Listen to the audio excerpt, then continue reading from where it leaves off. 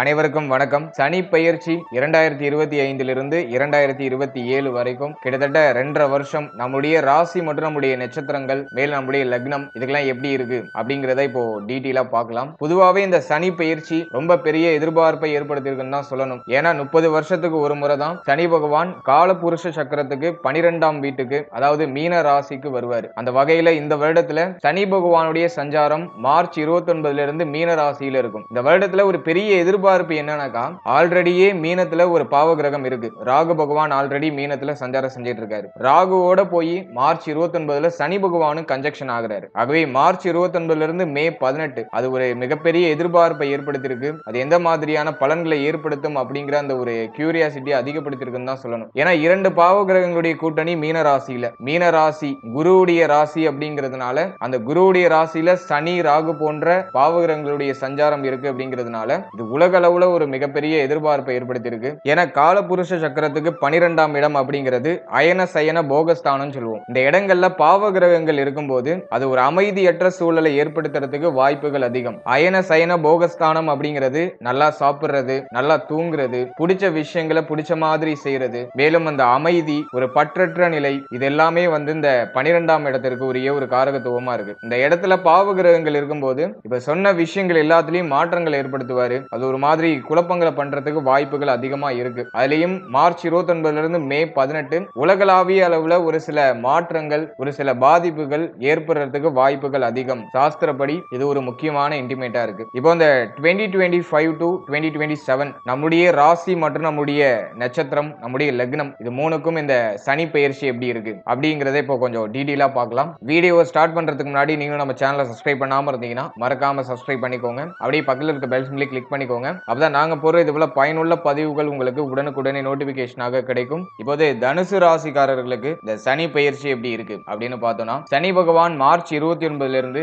4ஆம் இடத்துல சஞ்சாரம் செய்வார். இப்போ தைரிய விரிய பராக்கிரம சனி நடந்துகிட்டு இருக்கு. மார்ச் 29க்கு மேல அர்த்தாஷ்டம சனின்னு சொல்லுவோம். 4ஆம் இடத்துல சனியுடைய சஞ்சாரம் இருக்கும். அர்த்தாஷ்டம சனி பொதுவா பார்த்தோம்னா வீக் தான் பண்ணும். அது அந்த அளவுக்கு சிறப்புன்னு சொல்ல முடியாது. ஏன்னா அஷ்டமத்துல பாதி அர்த்தாஷ்டமம் அப்படின்னு சொல்லுவாங்க. அதன்படி அர்த்தாஷ்டம சனி அந்த அளவுக்கு நல்ல பலன்களை கொடுக்காது. அது ஒரு மாதிரி குழப்பத்தை தான் பண்ணும். அதே சமயத்துல அர்த்தாஷ்டம சனி வந்துருச்சு, எல்லாமே நமக்கு இனிமே வீக்கா தான் நடக்க போகுது, ஆல்ரெடியே ஒரு நல்ல விஷயமும் நடக்கல, ஒரு நல்ல மாற்றமும் கிடைக்கல, நிறைய குழப்பம் தான் வாழ்க்கையில தொடர்ந்து வந்துகிட்டு இருக்கு. இப்போ இதுல இந்த அர்த்தாஷ்டம சனியும் சேர்த்து நம்மள ரொம்ப வீக் பண்ண போகுது அப்படின்னு யாரும் தப்பு கணக்கு போட வேண்டாம். சனியை பொறுத்தளவுல ஒரு சில முக்கியமான ரூல்ஸ் அண்ட் ரெகுலேஷன் இருக்கு. சனி பகவான் நீதிக்காரகன். யாரெல்லாம் நேர்மையா உண்மையா அறத்தின் பக்கமா நிக்கிறாங்களோ அவங்களெல்லாம் பெருசா பாதிக்க மாட்டாரு. ஒரு மாதிரி சின்ன சின்ன டெஸ்டிங் பீரியட கொடுத்து இயல்பான சூழ்நிலையை விட கொஞ்சம் உயர்வான சூழ்நிலைக்கு எடுத்துட்டு போயிடுவாரு. சனியுடைய இயல்பே என்னன்னாக்கா டெஸ்ட் பண்றதுதான். எவ்வளவு இக்கட்டான சூழ்நிலை வந்தாலும் நம்ம அறம் தவறாம இருக்கோமா, நம்ம தவறுதலான பாதையை சூஸ் பண்ணாம இருக்கோமா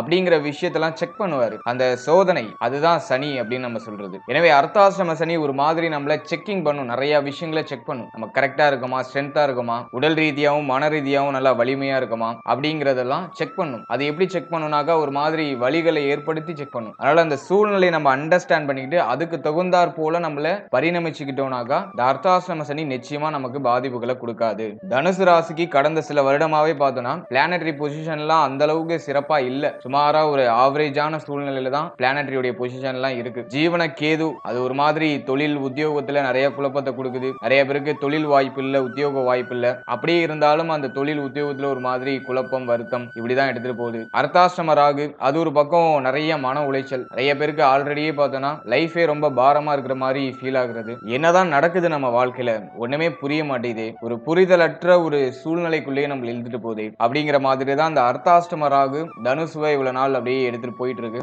அதுலயும் நம்முடைய ராசிநாதன் 2024ல வீக் ஆயிட்டாரு. 6ஆம் இடத்துல குருவுடைய சஞ்சாரம், அதுவும் ஒரு மாதிரி கடன், நோய், எதிரிகளால தொந்தரவு, ரொம்ப நல்லா க்ளோஸா இருந்தவங்க கூட எல்லாம் ஏதோ ஒரு வகையில ஒரு மாதிரி குழப்பமும் சண்டையும் வந்துட்டு போயிருக்கும். இதுதான் நம்ம ருணரோக சத்ரு குருன்னு சொல்றோம். இந்த வருஷத்தை பொறுத்தளவுல மே மாதத்துக்கு மேல குருவுடைய பலம் நமக்கு திரும்ப கிடைக்குது. குரு பகவான் கேந்திரம் ஏறாரு. 7ஆம் இடத்துக்கு குரு பகவான் டிரான்சிட் ஆயிடுவாரு. சனி 4th ஹவுஸ்க்கு போனாலும் இந்த வருஷத்துல பெருசா வீக் பண்ணாது. அர்த்தாஷ்டம சனி ஒரு மாதிரி குழப்பத்தோட ஒரு தெளிவான முடிவுகள் எடுக்கிறதுக்கு வழிவகைகளை விடும். ஏன்னா குருவுடைய சப்தம பார்வை நம்முடைய ராசியில பதியும். அது நமக்கு ஒரு பெரிய பெனிஃபிட்டான விஷயம். சனியுடைய பார்வை நம்முடைய ராசியில பதியும். அது ஒரு மாதிரி குழப்பம். ஆனா குரு டிரான்சிட்டுக்கு பிறகு எல்லா விஷயத்திலையும் ஒரு தெளிவான முடிவு எடுக்க முடியும். எனவே இந்த அர்த்தாஷ்டம சனி இந்த இந்த 2025ல மே மாதத்துக்கு மேல நமக்கு ஒரு நல்ல வளர்ச்சியை கொடுக்கும். அதே போல முதல் 5 மாதம் கொஞ்சம் நம்ம கண்ணும் கருத்துமா விழிப்புணர்வோடு செயல்பட வேண்டியது அவசியமானதாக இருக்கும். ஆகவே இந்த அர்த்தாசிரம சனி நினைச்சு யாரும் பயப்பட வேண்டாம். மேக்ஸிமம் இந்த வருஷத்துல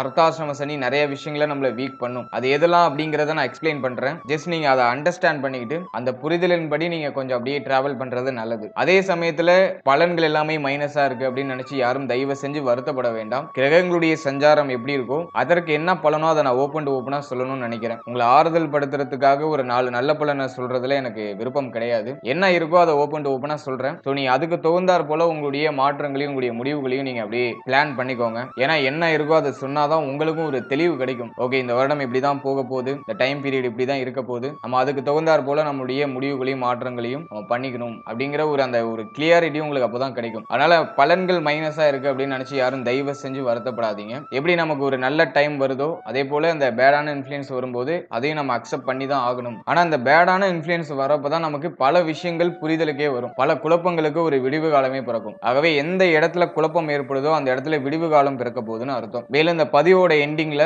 எந்த திசை நடக்கிறவங்களுக்கு ரொம்ப டஃபா இருக்கும், எந்த திசை நடக்கிறவங்களுக்கு இந்த அர்த்தாஷ்டம சனி பாதிப்புகளை கொடுக்காது அப்படிங்கிற அந்த ஒரு தசாபுக்தி கால்குலேஷனும் உங்களுக்கு ஒரு சின்னதா எக்ஸ்பிளைன் பண்ணிருக்கேன். சோ அதையுமே நீங்க பார்த்து அண்டர்ஸ்டாண்ட் பண்ணிக்கோங்க. இப்போ இந்த அர்த்தாஷ்டம சனி 4ஆம் இடத்துக்கு இடப்பெயர்ச்சி ஆகிற சனி பகவான் நமக்கு எந்த மாதிரியான பலன்களை கொடுப்பாரு அப்படின்னு பார்த்தோம்னா, நான் ஆரம்பத்துல சொன்ன மாதிரி சனியோட ரூலே ஒண்ணுதான். நீ எல்லா விஷயத்திலும் கரெக்டா இருக்கீங்களா, எல்லா விஷயத்திலும் கேர்லெஸ் இல்லாம இருக்கீங்களா அப்படிங்கிற அந்த ஒரு விஷயத்தை மட்டும் செக் பண்ணுவாரு. அதே போல சோதனைக்கான கிரகம்னா அது சனி தான். நம்மள அப்படியே செக் பண்ணிட்டே இருப்பாரு தொடர்ச்சியா. ஏதாச்சும் ஒரு மைனஸ் பாயிண்ட கொடுத்து ஏதாச்சும் ஒரு இக்கட்டான சூழ்நிலை கொடுத்து அந்த டைம் பீரியட்ல நீங்க கரெக்டா இருக்கீங்களா அப்படிங்கிற உங்களுடைய கெப்பாசிட்டியை அவர் செக் பண்ணுவாரு. இந்த அர்த்தாசிரம சனியை பொறுத்தளவுல இந்த டைம் பீரியட்ல நீங்க பேசிக்கா எப்படி இருந்துக்கணும்னா, மேக்ஸிமம் நமக்கு கெட்ட பேர் வரக்கூடிய விஷயங்களை அவாய்ட் பண்ணிடுறது நல்லது. மூன்றாவது நபரை நம்பி எந்த விஷயத்திலையும் இறங்காம இருக்கிறது நல்லது. உங்களுடைய சீக்ரெட்டான விஷயங்கள், நீங்க ஒரு விஷயத்தை எக்ஸிக்யூட் பண்ண போறீங்கன்னா அந்த விஷயத்தை பண்ணிட்டு சொல்றது சிறப்பு. பண்றதுக்கு முன்னாடியே அதை வெளிப்படையா சொல்ல வேண்டாம். அதுல கவனமா இருந்துக்கோங்க. எந்த விஷயத்தை பண்ணாலும் நிதானமா பண்றது சிறப்பான பலன்களை பெற்றுக் கொடுக்கும். எதுலையும் அவசரம் காட்டாம இருக்கிறது நல்லது. நீ எந்த விஷயத்தை பண்ணணும்னு நினைச்சாலும் அது அறத்தின் பக்கமா பண்ணுங்க. சின்னதா மைனஸான விஷயங்களை நீங்க பண்ணணும்னு நினைச்சாலே அது உங்களுக்கு அப்படியே ரிட்டர்ன் ஆகிறதுக்கு வாய்ப்பு இருக்கு. அதனால நம்ம எல்லா விஷயத்திலையும் கரெக்டா இருந்துக்கணும். அப்படி கரெக்டா இருக்கிற பட்சத்திலேயே சில சோதனைகள் வரதுக்கு வாய்ப்புகள் அதிகம். அது ஆல்ரெடி நிறைய பேர் ஃபீல் பண்ணிருப்பாங்க. செய்யாத தப்புக்கு தேவையில்லாம நான் தண்டனை அனுபவிச்சுட்டு இருக்கேன். ஏன்னா அது அர்த்தாஷ்டம ராகு, அதுவும் ஒரு மாதிரி கடந்த காலகட்டங்களில் நமக்கு குழப்பங்களை பண்ணிருக்கும். ஒரு விஷயம் நம்ம பண்ணிருக்கவே மாட்டோம், அதுக்கு ஏதோ ஒரு மாதிரி நமக்கு தண்டனை மாதிரி கிடைச்சிருக்கும். இந்த 2025ல நம்ம எந்த டைம் பீரியட்ல கொஞ்சம் எக்ஸ்ட்ரா கேரிங்கோட இருக்கணும் அப்படின்னு பார்த்தோம்னா, மார்ச் 29ல இருந்து மே 18. சோ இந்த டைம் பீரியட்ல 4ஆம் இடத்துல சனி ராகு கூட்டணி இருக்கும். அது நமக்கு நிச்சயமா ஒரு மைனஸ் பாயிண்ட் தான். எனவே மே மாதம் வரைக்கும் தனுசு ராசி, தனுசு ராசியுடைய நட்சத்திரம் எல்லா விஷயத்திலையும் கொஞ்சம் எக்ஸ்ட்ரா கேரிங்கோட கவனத்தோட இருக்கணும். ஸ்பெஷலா சொல்லணும்னாக்கா தாய் சார்ந்த விஷயங்கள ரொம்ப அக்கறை காட்டுறது நல்லது. தாயாருடைய உடல் ஆரோக்கியம், மன ஆரோக்கியம் இது ரெண்டுலையும் கவனம் வச்சுக்கணும். அதே போல தாயாரோட எந்த ஒரு கருத்து வேறுபாடும் இல்லாம தாயாரை அனுசரிச்சு செயல்படுறது நல்லது. இந்த டைம் பீரியட்ல மோஸ்ட்லி பார்த்தோம்னா தாய் கூட அதிகமா வாக்குவாதமோ, தாய் கூட அதிகமா ஏதாச்சும் ஒரு மன வருத்தங்களோ ஏற்படலாம். எனவே தாய் சார்ந்த விஷயங்கள கவனமா இருந்துக்கணும். அதிகமான டிராவலிங் இந்த வருடத்துல இருக்கலாம். இந்த முதல் 5 மாதத்துல மேக்ஸிமம் இந்த டிராவல் பண்றதை கொஞ்சம் அவாய்ட் பண்ணிக்கோங்க. வெளியிடங்களுக்கு அதிகமா டிராவல் பண்றதெல்லாம் கொஞ்சம் குறைச்சுக்கிறது நல்லது. சுகஸ்தானம் அப்படிங்கிறதுனால சரியான டைத்துக்கு சாப்பிட முடியாது, சரியான டைத்துக்கு தூங்க முடியாது. மனம் அப்படியே ஏதோ ஒரு விஷயத்தை நினைச்சு ரொம்ப யோசிச்சுட்டே இருக்கும். ரொம்ப பிரஷரா இருக்கிற மாதிரி இருக்கும். நிறைய பேருக்கு இந்த மன அழுத்தம், மன உளைச்சல் அது இந்த டைம் பீரியட்ல அதிகமா இருக்கலாம். எனவே இந்த முதல் 5 மாதம் தனுசு ராசி கொஞ்சம் எக்ஸ்ட்ரா சேலஞ்சிங்கா இருக்கும். ஏன்னா சனி ராகு கூட்டணி அது நிச்சயமா அது நமக்கு நல்லது பண்ணாது. ஆல்ரெடி 4ஆம் இடத்துல ராகு மட்டும் இருந்ததுக்கான எஃபெக்ட நீங்க கடந்த வருடத்துல பார்த்திருக்கலாம். நிறைய மன உளைச்சலை கொடுத்திருப்பாரு. மனமானது அமைதியே அடைஞ்சிருக்காது. ஏதோ ஒரு விஷயத்தை தேடிக்கிட்டே இருந்திருக்கும். ஒரு விஷயம் நமக்கு கிடைக்கலையே அப்படின்னு ரொம்ப உணர்ச்சி வசப்பட்டிருக்கும். இப்படி நிறைய மைனஸான பாயிண்ட் ஆல்ரெடி நமக்கு நடந்துச்சு. இப்போ அந்த ராகுவோட சனியும் போய் எக்ஸ்ட்ரா அப்படியே மிங்கிள் ஆகுறாரு. அது இன்னும் கொஞ்சம் கூடுதல் பிரஷரை கொடுக்கறது வாய்ப்பு அதிகம். மே மாதம் வரைக்கும் நம்ம ராசி, நம்மளுடைய நட்சத்திரம் கொஞ்சம் எக்ஸ்ட்ரா கேரிங்கோட இருக்கிறது நல்லது. அதே போல மாணவ மாணவிகள் படிப்பு சார்ந்த விஷயங்களை ரொம்ப கவனமா இருக்கணும். முதல் 5 மாதத்துல அதிகப்படியான பிரஷர் மாணவ மாணவிகளுக்கு இருக்கலாம். ஏன்னா இந்த 4ஆம் இடம் அப்படிங்கிறது சுகஸ்தானம், தாயார் ஸ்தானம், வித்யாஸ்தானம் அப்படின்னு சொல்லுவோம். கல்வி சார்ந்த விஷயங்களையும் இந்த 4ஆம் இடத்தை வச்சு நம்ம ஐடென்டிஃபை பண்ணுவோம். ஆகவே 4ஆம் இடத்துல 2 பாவ கிரகங்கள் மார்ச் 29ல இருந்து இருக்கும் அப்படிங்கிறதுனால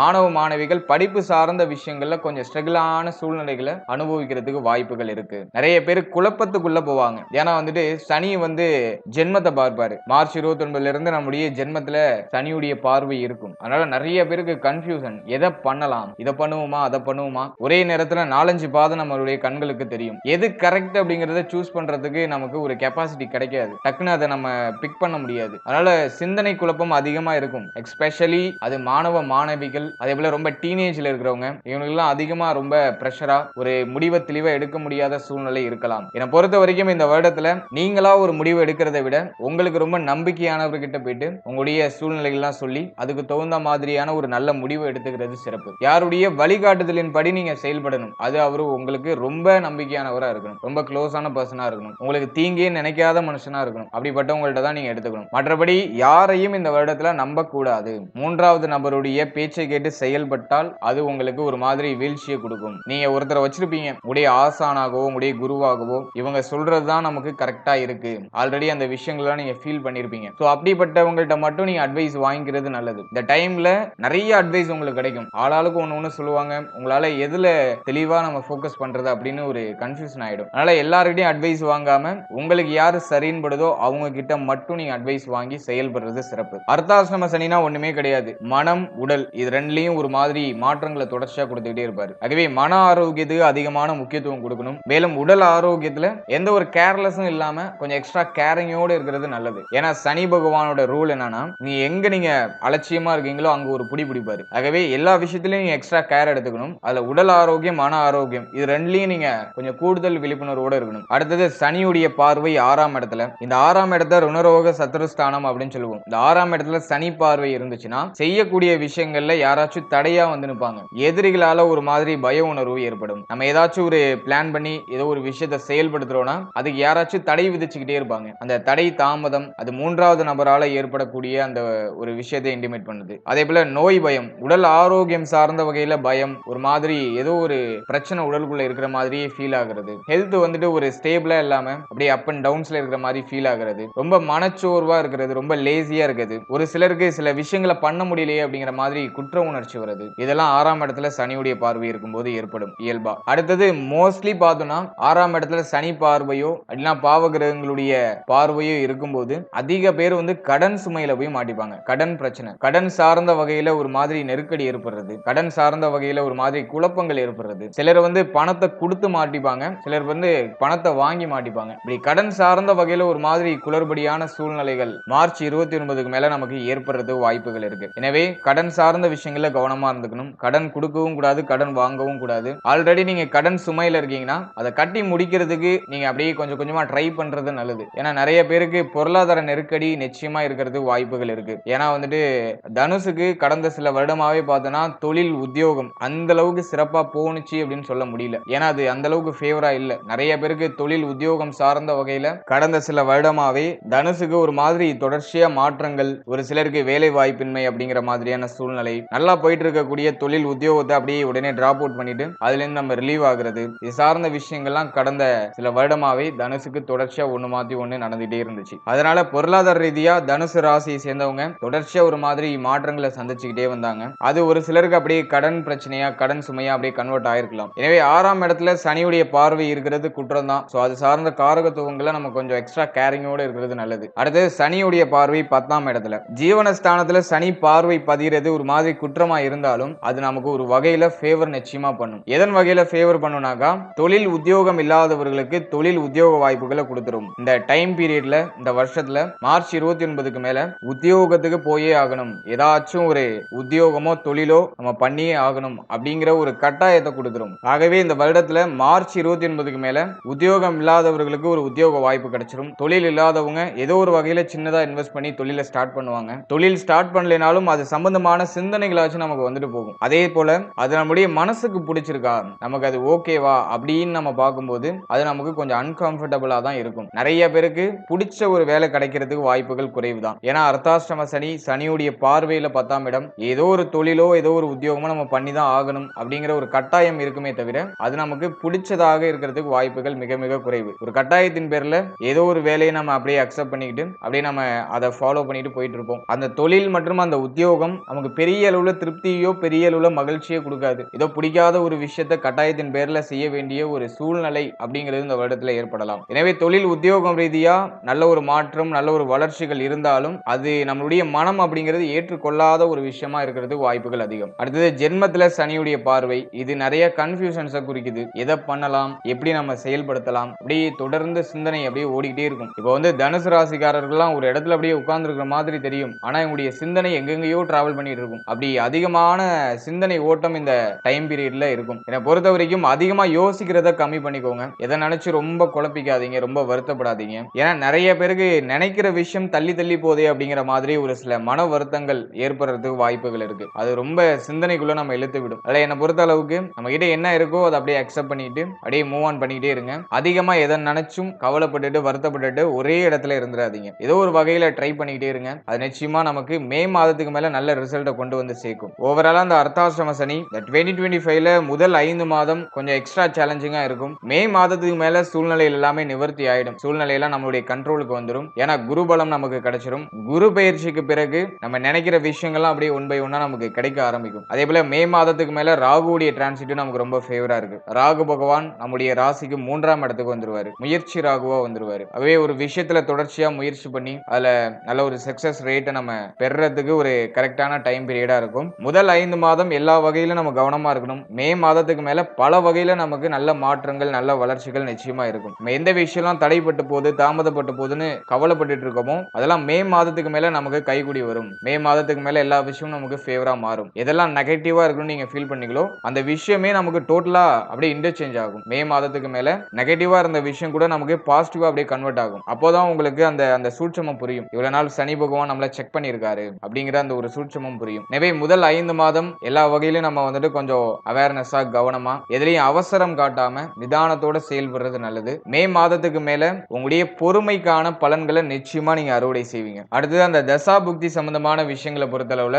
இந்த டைம் பீரியடை பொறுத்தளவுல எந்த தசா புக்தி நடக்காம இருக்கிறது நல்லது அப்படின்னு பார்த்தோம்னா சனி தசையோ சனி புத்தியோ கிராஸ் ஆகாம இருந்தா நல்லது. சனி தசையோ சனி புத்தியோ கிராஸ் ஆகுது, சனி தசை சனி புத்தியில இருக்கீங்கன்னா கொஞ்சம் எக்ஸ்ட்ரா கவனமா நிதானமா எதுலயும் அவசரம் காட்டாம செயல்படுறது நல்லது. அதே போல 6, 8, 12 மாரகாதிபதி பாதகாதிபதி இந்த திசைகளும் நடக்காம இருக்கிறது சிறப்பு. இந்த திசைகள் நடக்கிறவங்க முக்கியமான மாற்றங்களையும் முக்கியமான முடிவுகளையும் உடனுக்குடனே செய்யாம இருக்கிறது நல்லது. எனவே உங்களுடைய பர்சனல் சார்ட்டை பொறுத்து தான் இந்த அர்த்தாசிரம சனி உங்களுக்கு எந்த மாதிரி இன்ஃப்ளூயன்ஸ் பண்ணும் அப்படிங்கிறது நிர்ணயிக்கப்படும். கோச்சாரம் நமக்கு ஒரு 30% மட்டும்தான் ஒர்க் ஆகும். அது மன ரீதியா ஒரு சில தாக்கங்களை கொடுக்குமே தவிர கோச்சாரத்தால முக்கியமான பெரிய மாற்றங்களை செய்ய முடியாது. உங்களுடைய பர்சனல் சார்ட்ல தசா புக்திக்கு ஏற்பதான் மிச்சம் இருக்கிற இந்த 70% பலன்கள் நமக்கு கிடைக்கும். தசா புக்தி நல்லா இருக்கு, நல்ல யோக தசை நடக்குது, லக்ன சுபருடைய தசை நடக்குது, லக்னாதிபதியுடைய தசை நடக்குது அப்படிங்கிற பட்சத்துல இந்த அர்த்தாசிரம சனி நிச்சயமா நமக்கு பாதிப்புகளை கொடுக்காது. அப்படியே வீக்கான தசை நடந்துச்சுன்னா இந்த கோச்சாரமும் தசா புக்தியும் இணையும் போது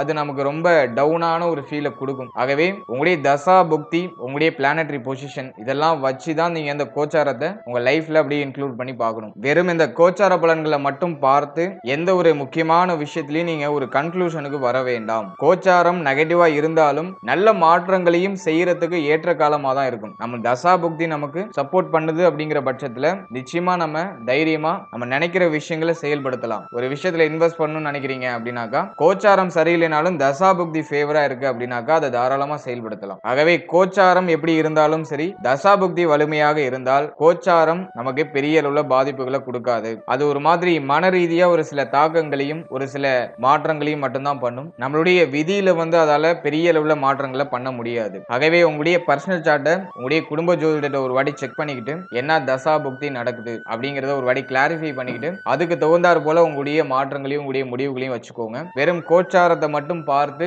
எந்த ஒரு முக்கியமான முடிவையும் தயவு செஞ்சு எடுக்காதீங்க. வீக்கா இருக்கு கோச்சாரம், அதுக்காக நமக்கு இந்த டைம் பீரியட் ஃபுல்லாவுமே வீக்கா தான் போக போகுது அப்படிங்கிற ஒரு தப்பான கணக்குக்கு வராதீங்க. கோச்சார கிரகங்களின் அடிப்படையில இந்த பலன்கள் உங்களுக்கு தரப்பட்டிருக்கு. அது உங்களுக்கு எந்த அளவுக்கு எவ்வளவு % நடக்கும் அப்படிங்கிறது உங்களுடைய ஜனனகால ஜாதகம் தான் முடிவு பண்ணும். ஃபைனலா இந்த சனி பயிற்சி நம்ம எல்லாருக்குமே ஒரு சிறப்பான மாற்றத்தையும் சிறப்பான ஒரு புரிதலையும் சிறப்பான ஒரு வளர்ச்சியும் ஏற்படுத்தி கொடுக்கட்டும். வாழ்த்துக்கள். மேலும் நம்முடைய சேனல்ல புத்தாண்டு சிறப்பு பலன்கள் ரொம்ப கிளியரா எக்ஸ்பிளைன் பண்ணி ரிலீஸ் பண்ணியிருக்கோம். நம்முடைய ராசி நட்சத்திரம் ரெண்டுக்குமே ரிலீஸ் பண்ணியாச்சு. உங்களுடைய ராசி உங்களுடைய நட்சத்திரம் இது ரெண்டையும் ஒரு வாட்டி செக் பண்ணி பாருங்க. அதுல நான் வந்து A to Z இந்த வருடம் எப்படி போக போகுது அப்படிங்கிற எல்லா விஷயத்தையும் எக்ஸ்பிளைன் பண்ணியிருக்கேன். உங்களுடைய தொழில், உத்தியோகம், குடும்ப வாழ்க்கை, திருமண வாழ்க்கை, குழந்தை பாக்கியம், பிள்ளைகள் சார்ந்த விஷயம், பொருளாதாரம் சார்ந்த விஷயம், இப்படி A to Z எல்லாத்த பத்தியும் நான் எக்ஸ்பிளைன் பண்ணியிருக்கேன். அந்த வீடியோக்கான லிங்க் டிஸ்கிரிப்ஷன்ல இருக்கு. நீங்க அந்த வீடியோ இன்னும் பார்க்கலைன்னா உங்களுக்கு டைம் இருக்கும்போது அதையும் ஒரு வாட்டி செக் பண்ணி பாருங்க. அதுவும் ஏதோ ஒரு வகையில ஒரு சின்ன புரிதலை உங்களுக்கு நிச்சயமா ஏற்படுத்தி கொடுக்கும். And finally very limited time, so be cool, stay happy, stay healthy.